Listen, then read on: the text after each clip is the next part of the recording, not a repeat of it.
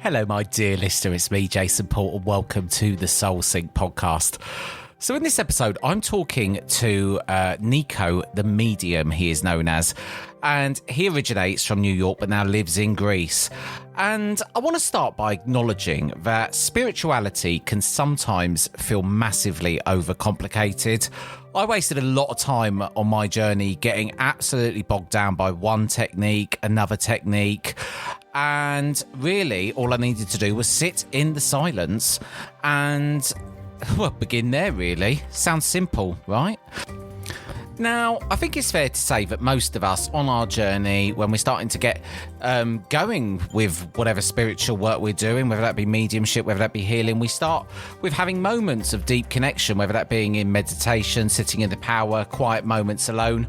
And then, you know what happens? Life happens. And all of that goes out the window and it disappears, quite frankly, doesn't it? So this episode explores why that happens in a nice, gentle way. So at times we feel we've lost our connection, and I can feel this. I've even said this to my friend Donna recently. I said, I just don't feel my spirit team. And it's not that we've lost our connection. We've just stepped back into the noise of everyday life. So Niko is also a trance medium. He's wrote 3 books that the spirit world has channeled through him, and he's such a character.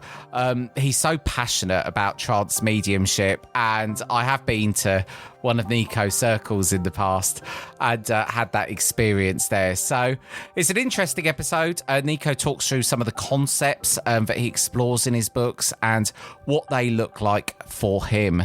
So this is my conversation with Niko the medium. So, Niko the medium, welcome back to the Soul Sync podcast. Thank you very much, Jason. It's an honor to be here. Nice to see you again. Well, it's certainly an honor to have you on, my dear. Welcome, welcome, welcome. So, Niko, you are by no means a first-time guest here. You supported the podcast in the early days, and that I was very grateful for, and it's so lovely to have you back. So welcome.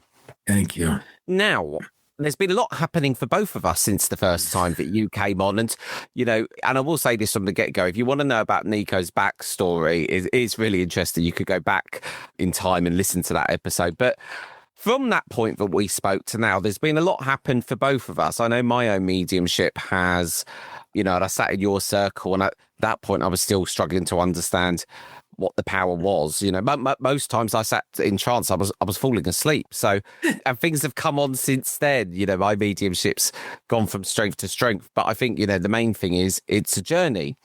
But in that time, you've been busy, haven't you? I have. I've been involving myself.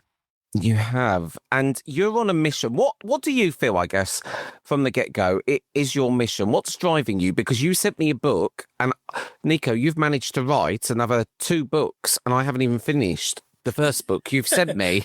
I don't think I can't even imagine writing 1 book, and you've managed to write another 2. So tell me what's been going on. What is this mission you're on? That's actually the power of spirit. Spirit's the one that's creating these books through me. So it's not really me writing it. You know, it's funny.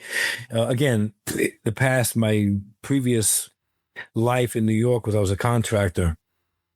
Though I had thought it was a good life, I sort of created that purpose and that journey for myself. Even after college, I figured something that's good, I could create and make money and have a future. So that's what I did. The human identity part of me decided that's who I was. But that's not always the alignment of our true purpose as a soul. So the more we turn inward, and that's where trance for me was very pivotal, you kind of remember. It's not even a teaching. It's not even spirit tapping on the shoulder saying, hey, you're doing this wrong, or that's not what your purpose is. You remember what's going on. And at first it was, okay, I'm going to be a trance medium. And then I was nudged to teach courses, and I've been doing that consistently for over 2 years now. Now it's been since last year and a half ago to write these books. So I just thought I was a vessel for spirit to come through and write.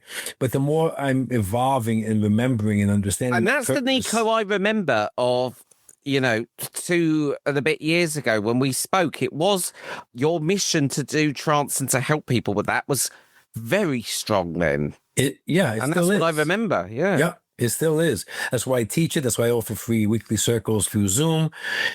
But the writing the books part, it was a little bit alarming because, okay, I had written a screenplay when I was younger, and I even wrote a children's book when I was younger, and I always had a talent for writing. I mean, my teachers would always praise the writing, but I never saw myself as an author. So I was very hesitant, and I procrastinated for at least 8 months, and then Spirit kept lovingly nudging me. Now I understand what my purpose truly is. It is definitely, it still contains trance and teaching, absolutely, but it's further than that. It's explaining the structure, the structure of consciousness. And I realized that I'm writing these manuscripts based on where I am on my journey. So the first 3 books, the trilogy, it's where I was connecting with my higher self. And that's beautiful because it was my higher self who was guiding me through the writing process, and I understand everything. But now it's like you don't evolve, you just remember other aspects of your own soul. So now I'm at the oversoul level, the aspect of your soul which holds every single incarnation ever lived and all the wisdom. So now I'm from the oversoul level writing. So now this is where the books are now reflecting a deeper understanding of that structure. So I've realized that it's not that the Spirit is asking me to write these books. This is my purpose. This is my incarnation. Because my oversoul is a structural oversoul. Various oversouls, various structures. I'm writing about that in my 4th book, which I'm doing now. So they can listeners to read it. What's... Oh, I got so many questions.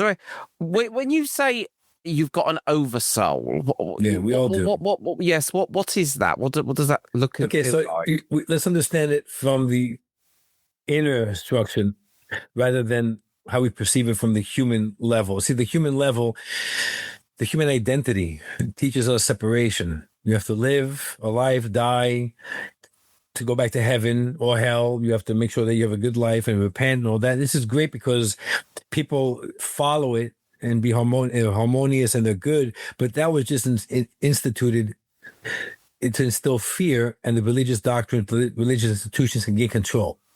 Yes, I agree with that. All that teaching is from religious control and governmental control, all of it. Yes, I agree with that. But if we don't look at it from the human vantage and remember it as your essence, we have to start with the creator. Okay. The creator is pure infinite consciousness. Okay. The creator created what I call the perceiver. This is your first origin as essence. We all have a perceiver. We all have one point. It was formed as expression. The creator created the perceiver as expression. Not all perceivers incarnate. Archangels, elementals, other souls who have never experienced a physical journey remain in this pure, unified, infinite field of consciousness, the creator's field. All of that. That's where we all coexist. That's how you all know each other, right? That recognition, you just met somebody. I don't know how you know you, just feel like I've known you my whole life. That kind of stuff. It all happens there. And we all reside there. We don't ever leave. So now, all of those in incarnation now, my perceiver decided, okay, I want to experience human incarnation or other realities, other realms, and just to explore and experience and grow. So it creates the oversoul, like the hub, like the library.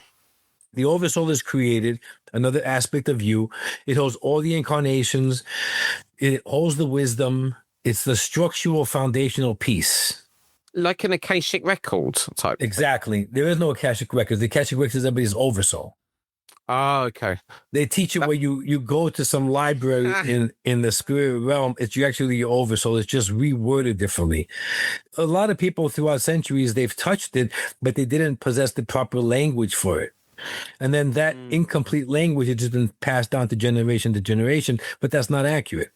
Nobody speaks about the oversoul, and that's you. We all have our Akashic record within the oversoul, all of it. So you're saying that the oversoul is obviously the collection of the memories of all of the incarnations, and you're saying that lives where? Right where the infinite field of consciousness is, right there, the perceiver creates the oversoul, so it hovers right next to it. But it creates like a funnel of consciousness, if you will. So from the oversoul now, the oversoul creates your higher self, another version of you. Now, this higher self is you, okay, closer to the oversoul. And it does two things. Number one, it governs your incarnation. It sends wisdom through intuition. Okay. It's also receiving the oversoul wisdom and translating it to human understanding. Right? When the body is formed, your higher self places awareness into the human mind. That's how you have intuition. That's how you can connect to spirit. That's how you feel, you sense, you love. All of that is your spirit self, not the human body self. Your soul is never in the human body. The breath of this funnel of consciousness is your soul anchors into the physical body. That's what gives the physical body life force. Even the physical body is not born into the world with breath, is born with liquid in the lungs, if you remember that. So the higher self governs your physical incarnation, but it doesn't stop at yours alone. There's multiple parallel expressions, multiple parallel incarnations at the same time, all sharing the same awareness of the higher soul, of the higher self. That's how you could tap into other parallel realities or have dreams that you see yourself in a different place. You don't know it because it's the same shared awareness, the same shared consciousness. Oh, so like when we come down here, we're part of like almost like a tadpole type situation. There's a word for it I'm looking for, but I do know what you're saying there. That's very interesting. Yeah. Can you? I wonder what happens if you come into one of those people who you share. You just happen to bump into one in the street. Is it like you? Many times. How many times did you walk down the street and somebody, you cross paths, you looked at each other and then turn back and you're looking at each other, you just this unfamiliar knowing the person, but you don't stop to speak to each other. You don't have to. It's not meant to coincide with them in this reality. But it's like a spiritual wink. Your higher self saying, "Yep, that's you," or a different reality, a different timeline. So we think this earthly incarnation is based on the timeline. We actually think it's 2025. That's what you see. But it's not 1225. We're clueless. We are clueless. If time is an illusion, time could be bent. Time could be at a standstill. How many moments do you feel like loss of time? Where'd the time go? Oh, all the time. Literally every day, Niko. Literally the last 10 years has seemed like a year. Exactly. That's exactly right. Time speeds up, time speeds down, just because even this incarnation, even 2025, is split. You may have made a decision that altered this trajectory years ago, and you're on the timeline of this trajectory, but that one is still going on, and you're unaware of it with the other decision you didn't make. Well, it was there was something that almost blew my mind, and sometimes I struggle to explain some of these spiritual kind of concepts because I think it's one thing to know something, it's another thing to be wise enough to explain it in a way that other people can sort of understand it. But I saw something that said if time doesn't exist and time is just distance from space, object, whatever, that if time is moving and you was to just ever so slightly or something, a planet align, then surely that planet or something is still living alongside that world at that time because it's just space or something. And it just like I can't even, I'm doing an absolute rubbish job at explaining it, but it blew my mind because I thought, yes, so that if time really doesn't exist, there is several variations of even us in different, and I thought, do you know what, my brain's going to implode the more I try to think about it. But I guess that's the point though, even to grapple with the concept that time doesn't exist, it's too big for the human brain to, even compute. How did you come to know this then? How do you feel that what you believe to be true is correct? What's your experiences of this? I wanted to go deeper into trance. I wanted to understand more. And there were many moments where I had a beautiful transmission happening, and I felt the love and I felt connected and everything was fantastic. And then I went for a drive to the store and somebody cut me off and he's cursing me out and win the shouting match. It's like, how can you feel love and then be so human? I'm like, something here is off. What is this about? And that took me about a year to just keep asking that same question and keep trying to figure it out. And then I started understanding the structure a lot more intently, where we're the human identity. That's how we perceive we are. That's the who I am, how you view me, what's important, am I good enough, and am I not good enough? That's what the human identity is, and that's from years of memory of this lifetime and the conditioning of the mind. That's who everybody believes they are, but we're not. Okay, I just wrote about that today. I wrote the human identity is the costume. The human self is the actor wearing it, and the soul and the higher self is the director overseeing the story. We get caught up being the costume. We forget what's real. So we do get caught up being in the costume. We really do. Exactly right. So when I started realizing that I have to soften the human identity in order to connect to my human self, which is part of the structure, then it all started making sense. And the more you detach from the human identity, you don't remove it, you just soften it. Not everything really matters anymore, because all these years I've been hearing spirit speak through transmissions saying that relationships are not born in this world. They're essence to essence collaboration, the covenants made, that they play out in the story of life. Don't view the relationship because your mother, your father, you might be having difficulty with, could be your husband or your child in another parallel life.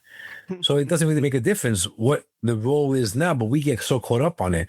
We get caught up with finances and with status and our ego. That's just the human identity. And most of this world, they get so caught up in it, they forget they're even the soul. That's why they believe in the separation, and they believe what religious institutions teach them. Well, I think if you went down a street in England, I reckon if I went down the street in England and did a survey of 100 people and asked them how many people could describe what a soul is, I reckon it'd be very low, actually. I don't think it would be very high. Because even if I went back 5 years ago, if someone said, what is a soul? I would probably have said, oh, well, it's a person. You know, You're right. Because we grow up believing that all of these external factors and costumes, as you put it, is us. And if we are not that and that identity, then what really are we? And a lot of people, everything in their whole life revolves around their costume and identity. So it's very interesting. So I want to ask them. So go on. But that's why the higher self plants awareness into your human mind. Even if you're caught up in the identity, you're still receiving intuition. You still have the inner knowing. You may not always follow it, but you're always receiving it. So you're always definitely not using your full power, though. Definitely, because you may be sort of tapping in on a loose 1990s dial-up internet connection, right. But you've certainly not got fiber optic. That's for sure, Niko. But then when you soften the human identity and you realize you're the human self, the awareness is much more clear. You're receiving the intuition nonstop, and you're living by that. You see, you asked me before what my purpose is with writing these books. Okay, they're going to outlive me. So you're saying that maybe two out of 10 people know what a soul is, or they have an idea what a soul is. I really believe that these books that I'm going to be putting out into the world, the next generation, they're going to be reading these books. So when you ask them, 10 of 10 will know what a soul is. You see? Do you know what? I was saying this to you before we hit the record button, but I think we were on very similar missions, because I feel my mission, and and it's a soul, it's a soul mission of yours, because no matter what you do, you don't know why you want to do it, but you just can't stop doing it. And it's like this podcast, even this week, every single day I probably got home from work. First thing I do, sit on the computer, and then I'm sitting here all night till 11 o'clock. Why am I doing this? Because I just feel that it is a calling of mine, and I just can't stop doing it. And it's the same with the mediumship. It just keeps pulling me back. But it's because it's the unknown. It's almost like, the spirit world is just so mysterious to me. And I just find that it just keeps drawing me back. And there's been times when I've even said, no, I'm not going to be able to be a medium because, this, that, another, you need to be whiter than white or whatever.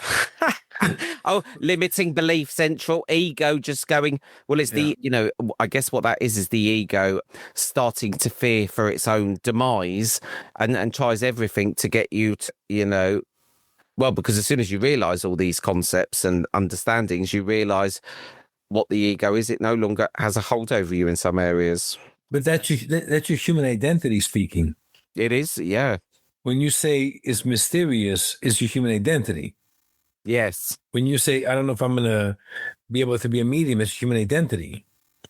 right? It's the surface self, it's the personality, the conditioning, right? The ego patterns, the self-protection, the narrative, the costume. It's not your human self. Your human self doesn't need to learn it. It knows it. Your essence knows it. That's been, Go I ahead. was going to say, that's been a recent turning point of mine. And I would say I've only got there in the last maybe year to that place. Because a lot of work has to be done to get to that point, doesn't it?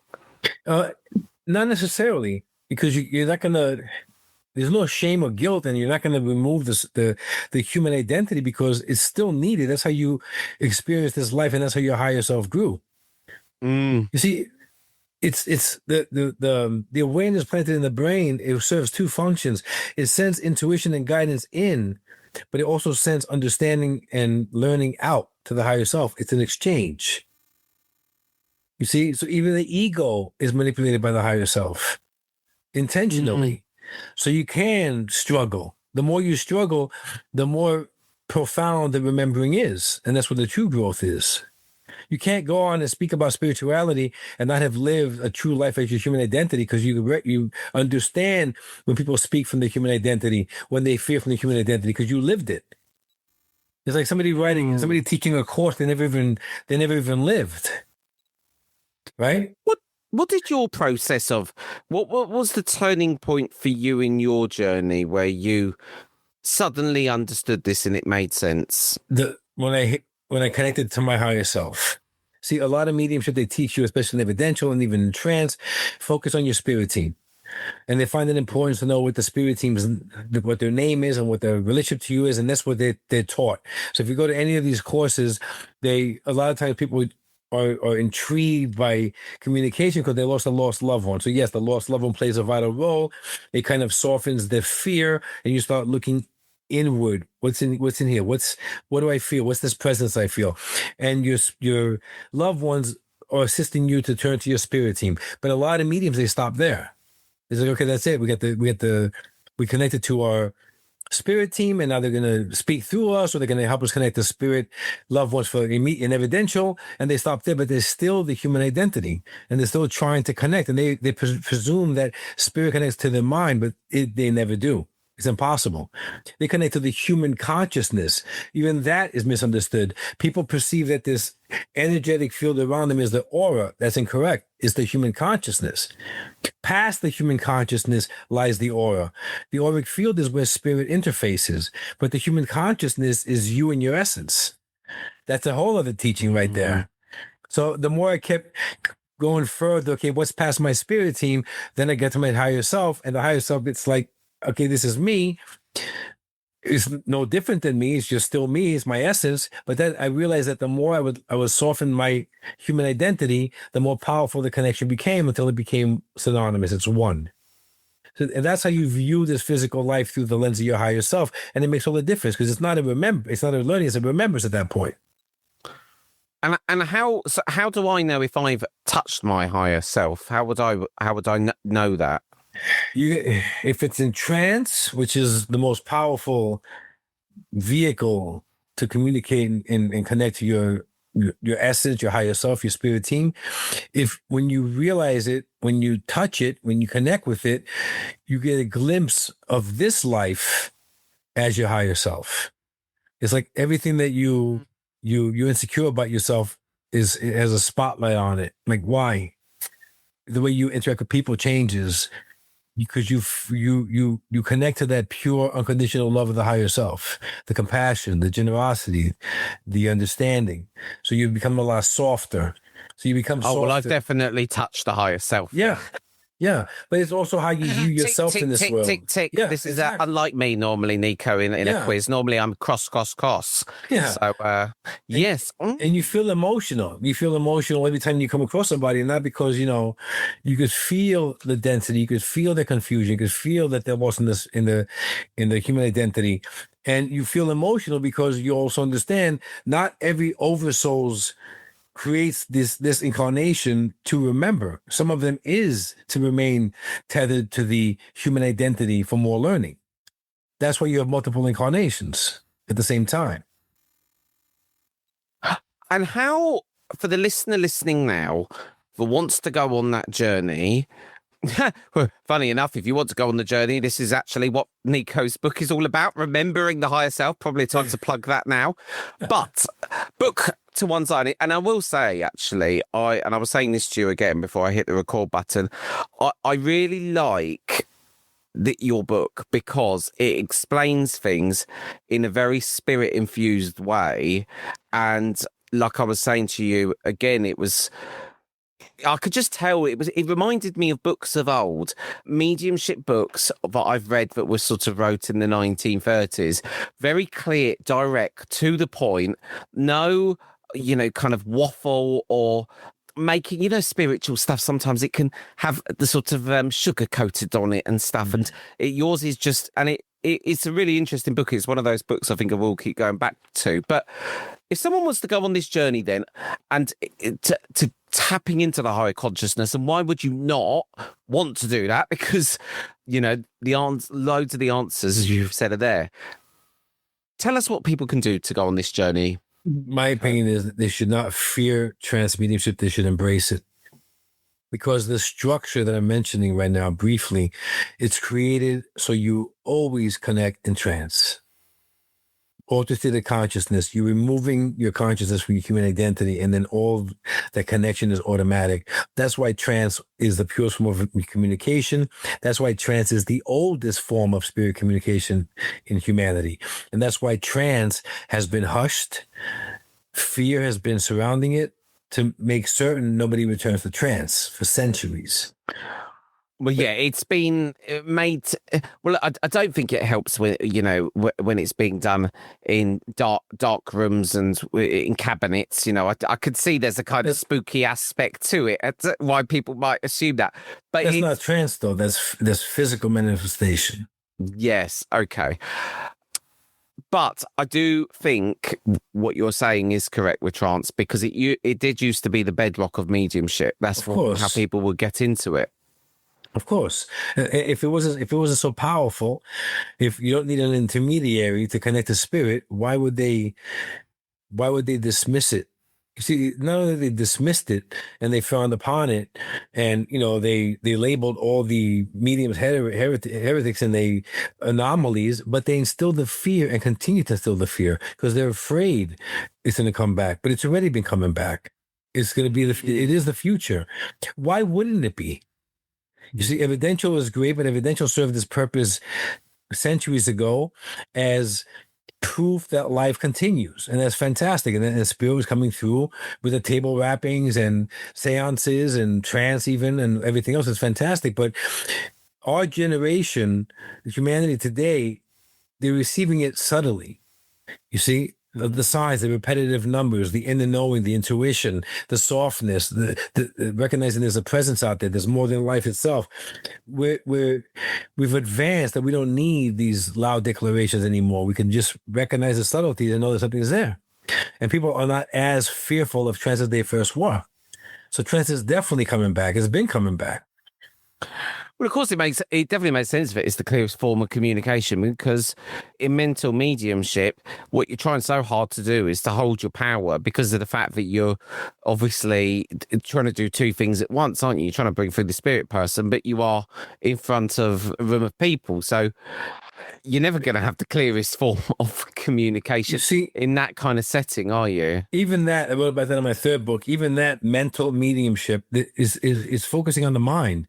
Even evidential mediumship is taught incorrectly because they keep focusing on your intellect, focusing on symbols, colors, spirit placement, father on the right, mother on the left, and that's all inaccurate. That's what was taught in the 1800s, and they're still bringing it around now, right? You're still communicating with spirit. The communication is still through the same structure. It's still about feeling. It's still your human self connected, not your human identity. So you can still do the same process of connecting and keep focusing on spirit. See, evidential mediumship, spirit comes through in 4 layers. First, they bring impressions where you sense a presence near. Then they bring emotion. So you feel the emotion. That's the first piece of evidence. And every sitter will connect to that emotion. I feel your mother was very funny. I feel cute. I want to laugh. Yes, that was her.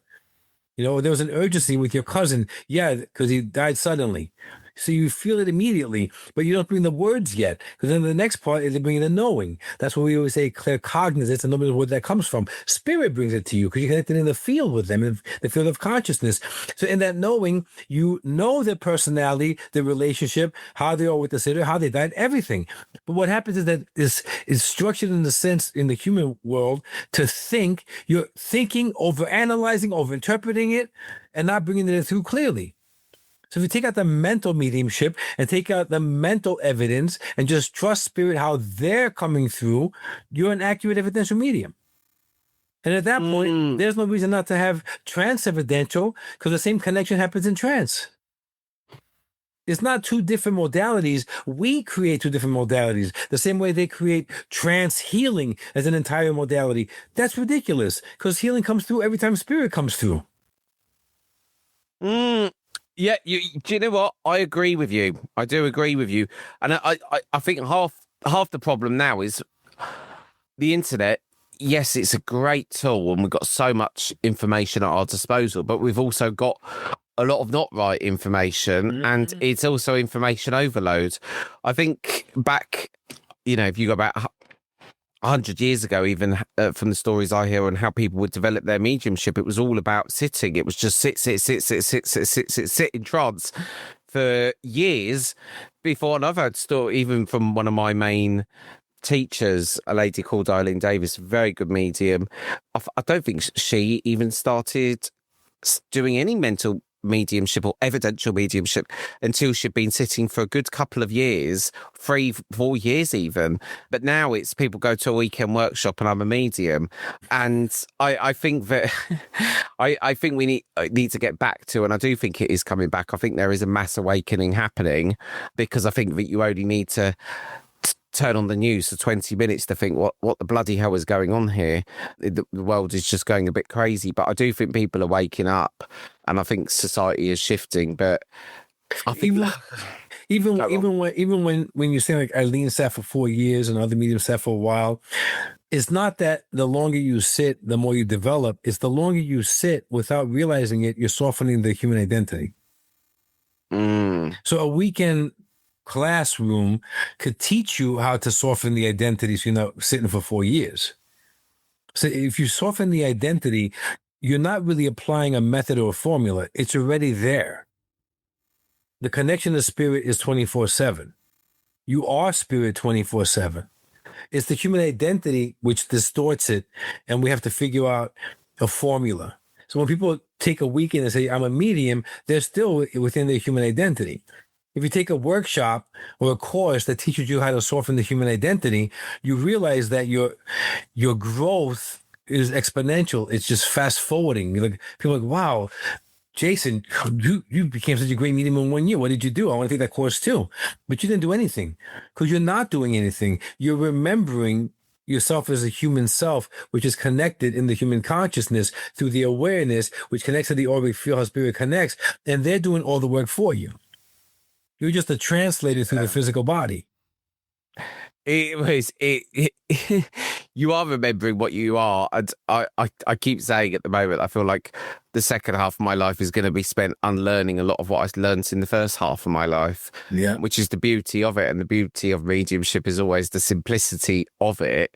But it's the simplicity of it that makes it so hard for people, I think, a lot of the time, because in every other aspect of their life they might be used to not, just letting things flow. And I know myself, even from my business, when I grew my business to become very successful, the more and more and more I tried to control things in my life, the more it would be raveling out of control. So I do. Actually, even what's held back my own mediumship so much is trying very hard to do things and wanting to be good at it. And the trying just creates resistance and friction on that journey. So that's really interesting as well. So tell us about your most recent book then, Niko. Where are we on this evolution of yours? Because where we left off, the book I've got right in front of me now, Threads of Infinity, that's all about kind of awakening, relearning, what you said about costumes. Talk to us about what's in the most recent book. Well, the trilogy, like I said, was written with the higher self. So the first book, Threads of Infinity, Remembering the Higher Self, was really about dispelling the myths that we believe is true, right? And just focusing, like, you believe this? Well, here, how about this? And why do you hold on to this if this is the truth? That's what that book was really about. Challenging ego-based concepts. Exactly. And old fears and religious hold and all that stuff. Absolutely. While also introducing you to your own higher self. Right, the second book is Transmediumship and the Higher Self, the Ultimate Truth. This was a beautiful book. I love this book in my heart because 1/3 of the book was about my own life, my evolution. 1/3 of the book is actual transmissions from my team placed into the book. And then 1/3 of the book was really understanding what trance is and the power behind it and the purest form of communication. The third book, The Soul's Evidence, Merging with Spirit, I just released that early in November. That's also a beautiful book.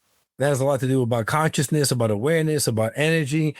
That's what I write about evidential mediumship, what I spoke about right now. And one of my favorite lines is that the medium, I'm paraphrasing, the medium spends so much time throwing out evidence, 25 pieces, hoping 10 would stick, and so busy thinking, and the sitter is so busy thinking, trying to place the evidence that they're giving them. Who is feeling spirit if everyone's busy thinking? So there's a lot of that in that book, which is a really good book too. The third book, I've had a lot of feedback. People tell me that it's an activation. They could feel their body and the cells activated by reading the book. The second book, they could feel spirit coming off the pages and they were all emotional reading, which is beautiful. The first book, people could tell me how it blew their mind and I have to see life differently. So that was great. That was just the higher self. But if you think about it, blowing your mind, feeling the love of a spirit, and feeling an activation, all three of those is what the higher self provides.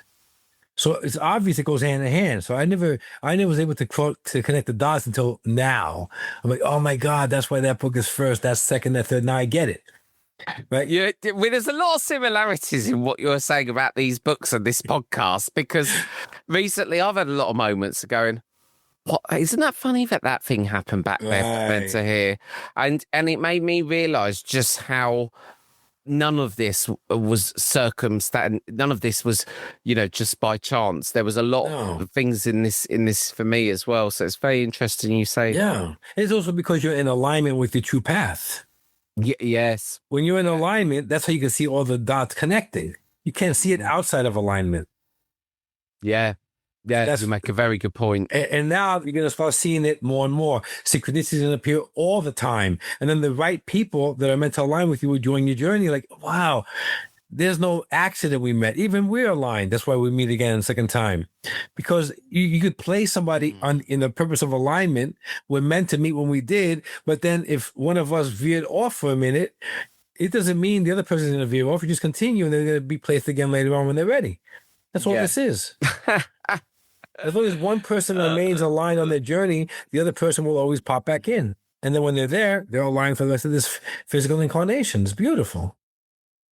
Niko, I could talk to you for ages. You're just an absolute font of knowledge, but that's why you got 3 books.